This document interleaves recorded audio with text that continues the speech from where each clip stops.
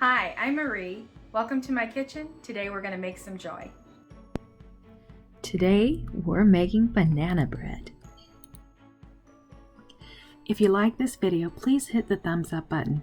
If you want to see more videos like these to give you some joy, please click on the subscribe and the bell to receive notification of my newest videos. Thank you. So for banana bread, we're going to need sugar. That's what I got in here is just some sugar. In this case, I'm using organic sugar. I will also need some flour. Just showing you my flour. Got plenty of flour in there for banana bread because again, it's going to be mostly bananas, and the recipe will be in the description down below with all the ingredients and the measurements as well. We're also going to need some pecan pieces. You could use walnut, you could use pecan. A nice hard nut is really good for this recipe. We're also using a half a cup of butter.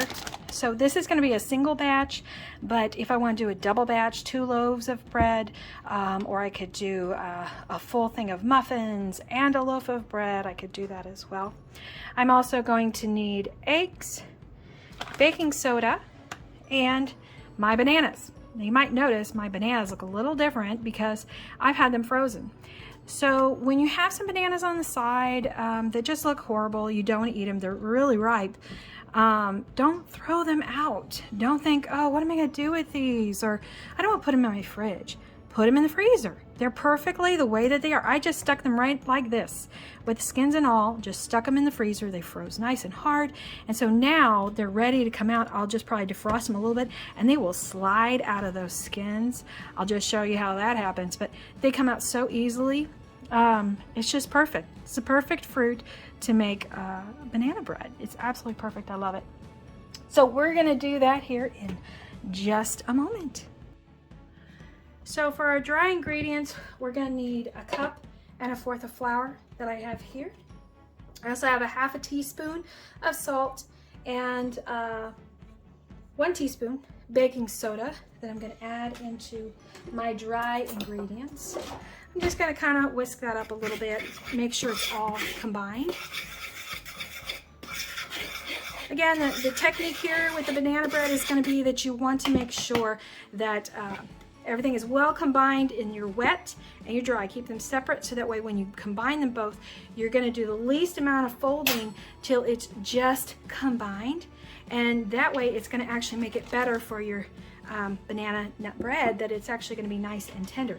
I've added the nuts into my flour as well because I can overmix if I put the nuts in later. So what this does is it just helps with combining a little less mixing and keeping that banana bread very, very tender. For the butter with the banana nut bread, and mind you don't have to use nuts in these if you have somebody who has a nut allergy. I like to melt my butter. You can do that. It doesn't affect anything within the actual banana bread itself. So I have it, as you can see, just in a microsafe dish. I'm going to cover it with a towel, and I'm just going to move it into my microwave. Here we go. Woo. Okay. Make sure that's covered so it doesn't pop. Now, what's really nice, you may not have this on your microwave, but I don't want to be in the shot. So what you can do is, like in this case, you can see I have a soften melt. So in this case, that's exactly what I'm going to use is my soften melt. And I am going to soften the butter, and that runs about a minute. So depending upon what your microwave does, you can also put in there for 30 seconds and then try about 10 seconds each to make sure that it's not popping all over the place. Okay, so my wet liquids, yeah, funny, they always say sugar, but that's because it dissolves. So that's why you put sugar in the wet. So I have 3/4 of a cup of sugar. I'm gonna go ahead and add my 2 already mixed eggs to this. And I've let my melted butter cool down, because if I put this right in with the eggs, it's going to curdle it, so I don't want to do that. So I'm going to go ahead and I'm going to add my cooled melted butter. See how nice that is to get in there? Just going to give this a quick stir before you get those bananas, those really over ripened. Really, you want your bananas to be really, really ripe when you put this together. The riper they are, the sweeter this is going to really be naturally from the bananas. I've tried many recipes, and in fact in those recipes the problem was it was very cakey, so I didn't enjoy that at all. I want something that tastes nice and has a lot of banana flavor, and that is exactly what this recipe has. So like I said, with the bananas, since they're in the skin, I'm just going to take them right out, and it's just like pushing it right out of the skin. As you can see, it just comes right on out. All those other little fibers I don't necessarily want in there, it stays in there. My hands aren't so dirty too because it's on the peel. And in this one, like I said, I'm adding 3 bananas. Whoop, that one popped out, no problem, I can just push it out. So I'm adding 3 bananas to this. Get a little bit more of the banana out of here. I want as much of that banana as possibly can. There's a nice 3 large ones that I had that were over ripened, and I saved them, like I said, saved them in the freezer. So there we go. I'm just gonna take them, whoop, a little messy with that guy. And then what I'm gonna do is I'm gonna take a fork and kind of mash this up a little bit. Take this out for now. Mash this up with my mixture and make sure it is all combined. And then we're gonna end up adding the dry to the wet. In the meantime, I'm gonna mash this up really, really well. So I am going to now take my dry that I have, as I said. I'm gonna put this in with the liquids. Just gonna dump a little bit at a time and then kind of fold into the liquids a little bit until it's mostly combined. I might see a little bit of flour and streaking, but mostly combined. This helps that I don't have to just dump the whole thing and then try and figure out. See, that's mostly combined. Now I'm gonna take a little bit more. I do this in about 3 sets. So again, I'm gonna fold this in till it's mostly combined. And actually I've given credit in the description of the recipe that this came from. This actually came from the St. Joseph Cathedral recipe book. And I can't remember the woman's name off the top of my head who actually originally came up with the recipe. My mom kind of tweaked it a little bit, but again, I've given that credit down in the description below, and I'm going to mix in my last bit of flour. Again, going to just fold. Okay, I'm not mixing, I'm folding it in. So that way I just combine everything. I don't want it to have big clumps of flour. So that's why I dig under, just like that, fold it over, okay? As you can see, this is now just combined, so I am done. I'm not gonna mix it anymore. And I'm gonna put it into my prepped pan, and I'm gonna show you how I did this with madeleines. You can do this with little muffins, or you can do it with regular cupcake muffins, but I actually used a madeleine pan, so I'll show you that in just a second. Okay, so for my madeleines, what these are, you know, they call madeleine cookies. They're really not cookies. They're really little cakes. They're nice little delicate cakes. And the way that these cook up in the madeleine is that they get real nice and crispy. That's what's wonderful about these. So as you can see, it's got the little shells. I love this pan. My husband got this for me off of Amazon as a USA, and it does work very well. So what I'm gonna do is I have my wrapper that was on my butter. I just add a little bit of butter to it, and so I'm gonna use that and I'm gonna smear it all over the little madeleines. So I want to get in those little grooves, so that way basically the banana nut mixture, once it's cooked, it'll pop right out. And I'll show you that once it's done. If I got a little extra butter up here, no worries, I can just take it, use it in my other cups. I don't have to go grabbing a whole bunch of other butter. Just make sure I'm using everything on my little piece of paper here. Get the whole madeleine tray really well. Get nice and buttered. That's what I'm looking for. And then once I'm done buttering the little tray, like I said, it just was a little bit of butter I needed, and then with the wrapper that added a little bit more slickness, which is great. So I'm done with that. I can throw that away, put that to the side. I'm gonna now use like just a regular spoon. Okay, it's about a medium spoon, equals about a teaspoon and a half. I'm just gonna take this, start putting them into the madeleine tray. I do want to fill it up so that it basically fills a little mandolin cookie right there like that. So I'm going to go around again about this much. It's about that spoonful, and fill it up. If I need to add a little bit more, I can add a little bit more. But the nice thing is I can do the mandolins, have these for tonight for dinner, and then tomorrow morning I'm going to go ahead and bake the whole loaf of bread.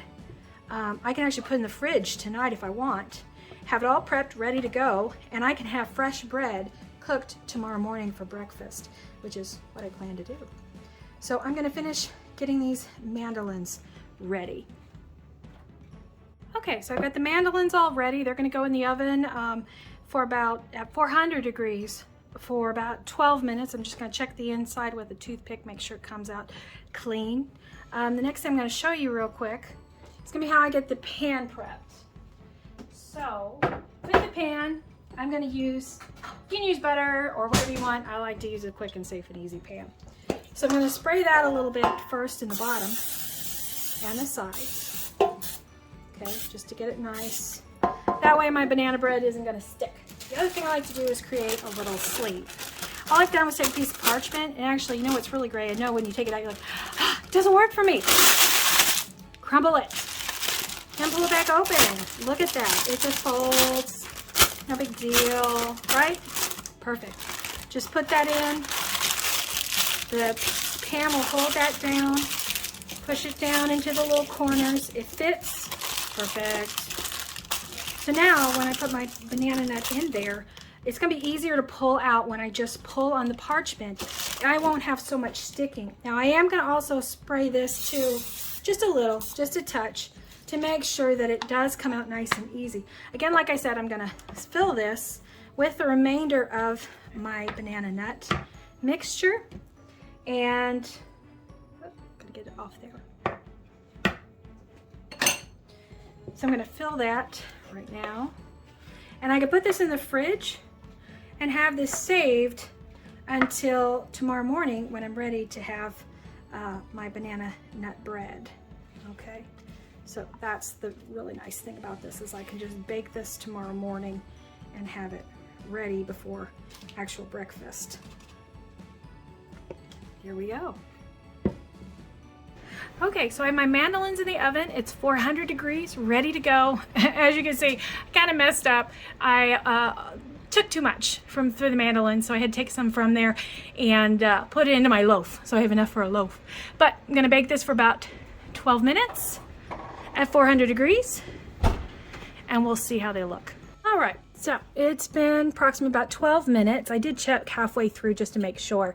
And I'm just gonna use a toothpick, or I could use a knife, make sure it comes out clean. Sure enough, looky there. Nice and clean. Just checking on a couple of the big ones. And that's what I wanna make sure that they are done. So now they are free to come out and cool and enjoy. So remember, make some joy. Enjoy your day, enjoy your food. Thank you. Okay, so as I said, I'm going to do banana bread this morning. I cooked the mandolins yesterday, and it's early morning here. So I've got my oven set for 350. My pan is about half full. Now you can always fill this up to about 3/4 full with the banana bread mixture. And I'm going to cook this. I'm going to start with about 30 to 45 minutes and check it and see if it's done. So let's go ahead. I'm going to put this in the oven. We're going to put this right into the middle rack. There we go. All right, we'll see it in about 30 to 45 minutes. Set that timer. I'm going to go ahead and do 45 just to make sure, because it's very dense, so it does need some time to cook. There we go. All right, we'll check back in 45. Okay, so the banana bread took a little bit longer than what I was thinking. I ended up having to add about 10 more minutes, so it took about 55 minutes to cook. But as you can see, it's nice golden brown. When I do put my knife in, it's nice and clean. That's what you want. If you have a little bit of crumbs, it's not a big deal. You just don't want it to be dry. Don't overcook it. And like I said, I have this nice sleeve, so when I want to put this on my plate, See how good I am. I'm going to go with one hand, right? Pop. It is right out. How easy is that to take it out? And look at that beauty. Isn't that wonderful? So go and make some joy today. Make some banana bread for you or your family or for a friend, and enjoy. Thank you.